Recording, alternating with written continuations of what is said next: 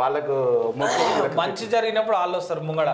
ఇక ఆజ్కి బాత్ ముందుగా మొన్న తెలంగాణలో బీఆర్ఎస్, నిన్న ఆంధ్రాలో వైఎస్ఆర్ పార్టీ ఘోర పరాజయం పొందిన తీరు అన్ని రాజకీయ పార్టీలకు గుణపాఠం అవ్వాలి.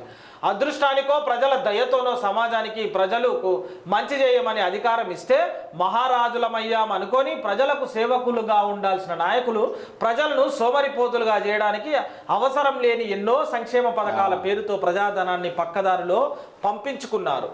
పేదోడికి కావాల్సింది సంక్షేమ పథకాలు కాదు, నాణ్యతతో కూడిన విద్య, వైద్యం, నియామకాలు కావాలని ప్రశ్నించడానికి ప్రయత్నిస్తే తమకు అధికారం ఇచ్చిన సామాన్య ప్రజలపై, విలేకరులపై, ప్రతిపక్ష నాయకులపై అక్రమ కేసులు బనాయించి ప్రశ్నిస్తున్న వారు మనవాళ్లే అనే మాట మార్చి అందరి మీద కక్షగట్టి బీఆర్ఎస్ పార్టీ, వైఎస్ఆర్ పార్టీ నాయకులు వ్యవహరించిన తీరు చూసి ప్రజలు జీర్ణించుకోలేకపోయారు. అందుకే ఇరు రాష్ట్రాల తెలుగు ప్రజలు ఎలక్షన్లో వచ్చే వారికి కాపుగాసి కేసీఆర్, జగన్ను ఓడించి గుణపాఠం నేర్పారు.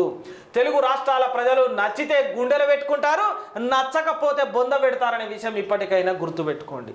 వా అన్న, ఇక్కడ చూడే, ఇక్కడ ప్రజలకు కావాల్సింది సంక్షేమ పథకాలు కాదు, నాణ్యతతో కూడిన విద్య, వైద్యం, నియామకాలు. అన్న ఎవ్వరు చూడు అదే కావాలన్నా. నేను ఏమంటున్నా, విద్య వైద్యం ఇస్తే, విద్య వైద్యం గురించి మహా మేధావులు సైతం రాజకీయంలో అరంగేట్రం చేయనోళ్ళు కూడా అదే కోరుతున్నా. రాష్ట్రంలో ఎవరికేం కావాలి? విద్య వైద్యం ఇచ్చేది వాళ్ళన్నా. విద్య వైద్యం ఇవ్వండి అన్న. జనాలు అడగదు, మీరు ఇవ్వకండి.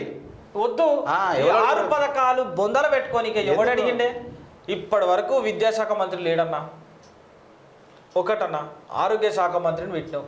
ఓకే, పెట్టేం లాభం అన్నా? మేము అడిగేది ఏంటి? పెట్టేం లాభం లేదు. నిధులు 600 కోట్లు ఎటువైనాయి? 12వ తారీఖు స్కూల్ ఓపెన్ అన్నా. ప్రతి ఒక్క స్కూల్ ఓపెన్ అయినాయి. ఇవాళ 6 తారీఖు అన్నా. ఇంకా 6 రోజులు ఉంది. ఈ 6 రోజులల్లో ఏ స్కూల్ బాగు చేసినావు? ఏ స్కూల్లో మంచి జరిగింది? ఎక్కడ పోయినాయి నిధులు?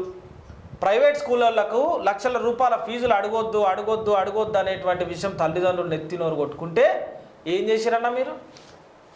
డిసెంబర్లోగా చేస్తామన్నారు కమిటీ పెట్టి. ఇది పద్ధత? విద్య గురించి మాట్లాడితే నిజంగా గుండె తరక్కపోతా అన్న. ఎమోషనల్ అవుతున్నా, ఏడుపు వస్తుంది నాకు. నువ్వేమన్నా అన్న? ఇక ఇదే అన్న, ఇది కావాలి. ప్రజాపాలన అంటే ప్రజాపాలన దృష్టి పెట్టాలి. ప్రజల పాలనే ఏం లేదు ఇవన్నా.